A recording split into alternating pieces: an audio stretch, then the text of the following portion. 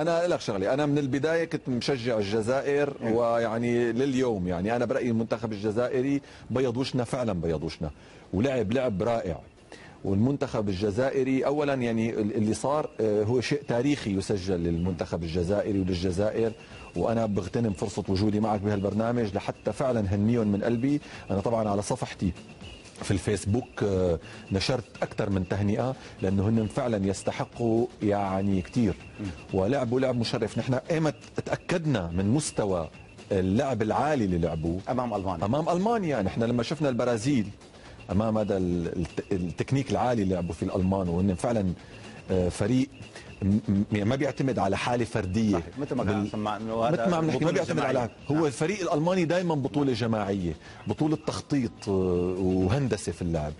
فلما شفنا الجزائريين كيف عم يلعبوا، وانا بعدين عرفنا انه في منهم لاعبين كانوا صايمين وكانوا يعني بولشر الحارس افضل في المباراه، تمام، حارس نجم حقيقي، كلهم كانوا نجوم بعد على